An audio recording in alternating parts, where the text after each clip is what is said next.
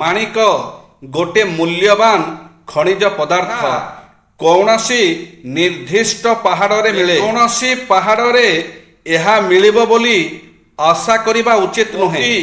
ଗୋଟିଏ ଜୀବଜ ମୂଲ୍ୟବାନ ରତ୍ନ।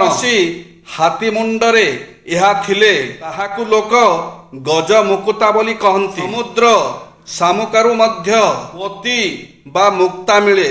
ମୋତି ଯେକୌଣସି ଶାମୁକାରୁ ମିଳିବ ବୋଲି ଚିନ୍ତା କରିବା ଅଯଥାର୍ଥ। ମୁକ୍ତା ଦୁଇ ପ୍ରକାରର, ଯଥା ଶାମୁକା ଓ ଗଜ ଶାମୁକା। ଚନ୍ଦନ ଉଦ୍ଭିଦ ବସ୍ତୁ। ଚନ୍ଦନ ଗଛର କାଠ ହେଉଛି ଚନ୍ଦନ। ନାନା ଉପକାରିତା ସହ ଏହାର ସୁଗନ୍ଧ ହେଉଛି ଚନ୍ଦନର ବିଶେଷତ୍ୱ। କୌଣସି ବିଶେଷ ସ୍ଥାନରେ ଚନ୍ଦନ ଗଛ ମିଳିପାରେ। ଚନ୍ଦନ ଗଛ ରୋପଣ କରିଥିଲେ ଚନ୍ଦନ ଉପଲବ୍ଧ ହୁଏ। କିନ୍ତୁ ଯେକୌଣସି ଜଙ୍ଗଲକୁ ଯାଇ ଚନ୍ଦନ ଗଛ ଖୋଜିବା ନିରର୍ଥକ। ଯେକୌଣସି ବ୍ୟକ୍ତି ଯେ ସତ୍, ଭଦ୍ର, ଶିକ୍ଷିତ, ଜ୍ଞାନୀ, ଚରିତ୍ରବାନ, ଧର୍ମପରାୟଣ, ମାର୍ଜିତ ଓ ମାନବିକ ସର୍ବଗୁଣ ସମ୍ପନ୍ନ ହୋଇଥିବେ ବୋଲି ଆଶା କରିବା ଅଯଥାର୍ଥ। ଉତ୍କୃଷ୍ଟ ବସ୍ତୁ ସବୁ ସ୍ଥାନରେ ମିଳେ ନାହିଁ ଓ ସତ୍ ବ୍ୟକ୍ତି ମଧ୍ୟ ସବୁ ଜାଗାରେ ମିଳନ୍ତି ନାହିଁ। ଯେଉଁମାନେ ଏହା ପାଇବାକୁ ଚାହାନ୍ତି ସେମାନେ ଏଥିପାଇଁ ଉଦ୍ୟମ କରିବା ଆବଶ୍ୟକ।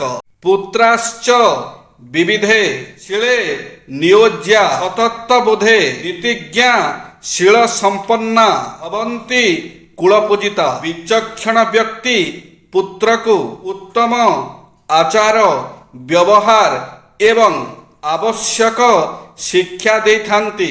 ନୀତିଜ୍ଞ ଓ ସଦାଚାରୀ ପୁତ୍ର ବଂଶରେ ସମ୍ମାନିତ ହୁଅନ୍ତି। ସନ୍ତାନକୁ ଯେ ଶିଖାନ୍ତି ନ୍ୟାର୍ଯ୍ୟ ଆଚରଣ, ବୁଦ୍ଧିମାନ ପିତା ରୂପେ ହୁଅନ୍ତି ସେ ଗଣ୍ୟ। ନୀତି ଶିକ୍ଷା ଆଦି ଦେଇ ଗଢ଼ନ୍ତି ଚରିତ୍ର। ଜୀବନେ ବିକାଶ ଲାଭ କରେ ତାଙ୍କ ପୁତ୍ର। ତାର ଶିକ୍ଷାରେ ପୁତ୍ର ହୋଇ ପ୍ରଣୋଦିତ। ମାନ ରଖି ହୁଏ ସମାଜେ ଆଦୃତ। ସନ୍ତାନଙ୍କୁ ଲାଳନ ପାଳନ କରି କେବଳ ଶିକ୍ଷିତ କରାଇବା ଯଥେଷ୍ଟ ନୁହେଁ। ଉତ୍ତମ ଆଚାର ବ୍ୟବହାର ଶିକ୍ଷା ଦେଇ ତାହାର ସ୍ୱଭାବ ଚରିତ୍ରକୁ ଉତ୍ତମ ରୂପେ ଗଠନ କରିବା ପିତାଙ୍କର କର୍ତ୍ତବ୍ୟ। କିନ୍ତୁ ଏହା କହିଦେବା ଯେତେ ସହଜ, ଏହାକୁ କାର୍ଯ୍ୟରେ ପରିଣତ କରିବା ସେତେ ସହଜ ନୁହେଁ। ପିତା ଶିକ୍ଷିତ ହୋଇଥିଲେ ବା ନ ହୋଇଥିଲେ ମଧ୍ୟ ସନ୍ତାନର ପ୍ରଥମ ଶିକ୍ଷା ତାହାର ପିତା, ମାତା ଓ ପରିବାରରେ ସ୍ୱଜନଙ୍କର ସ୍ୱଭାବ ଓ ବ୍ୟବହାରରୁ ହୋଇଥାଏ। ଔଷଧ ରହିତ ଜୀବନ। ନିୟମିତ ଯୋଗ, ପ୍ରାଣାୟାମ ଏବଂ ବ୍ୟାୟାମ ଏକ ଔଷଧ।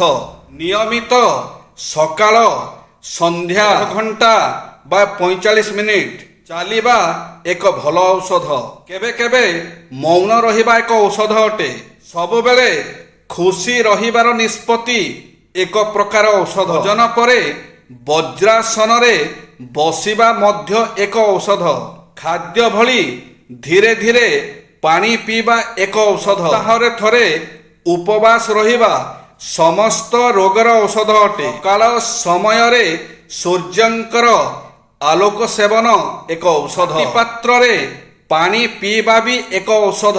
ତାଳି ବଜାଇ ହାସ୍ୟ ରୋଳ କରିବା କରାଇବା ମଧ୍ୟ ଏକ ଔଷଧ। ଓମ୍ ମନ୍ତ୍ର ଜପ କରିବା କିମ୍ବା ପରମେଶ୍ୱରଙ୍କ ନାମ ନିରନ୍ତର ଜପ କରିବା ମଧ୍ୟ ଏକ ଔଷଧ।